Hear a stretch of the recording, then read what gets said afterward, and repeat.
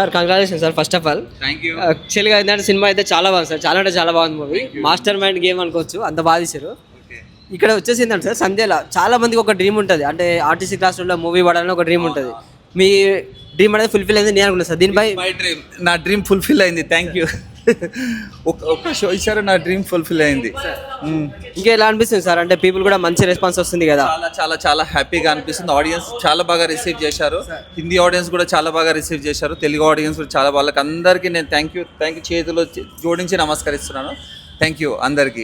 So ఇదండి, మంచి cinema వచ్చినప్పుడు ఎట్లయినా ఆదరించండి. సో ఇది బాలీవుడ్లో, ఇటు మళ్ళీ టాలీవుడ్లో, అంతేకాకుండా ఇంకా 7 లాంగ్వేజ్లో కూడా ఉంది. సో అది కూడా మనకు త్వరలో రిలీజ్ చేస్తారు సార్. ఈగర్లీ మేము అయితే వెయిట్ చేస్తున్నాం సార్.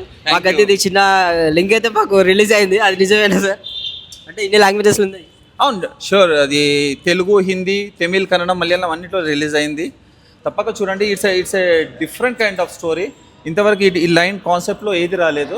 మీరు చూస్తే నేను చాలా హ్యాపీగా ఫీల్ అవుతాను. చూసి మీరు ఎంజాయ్ చేయండి, తర్వాత చెప్పండి.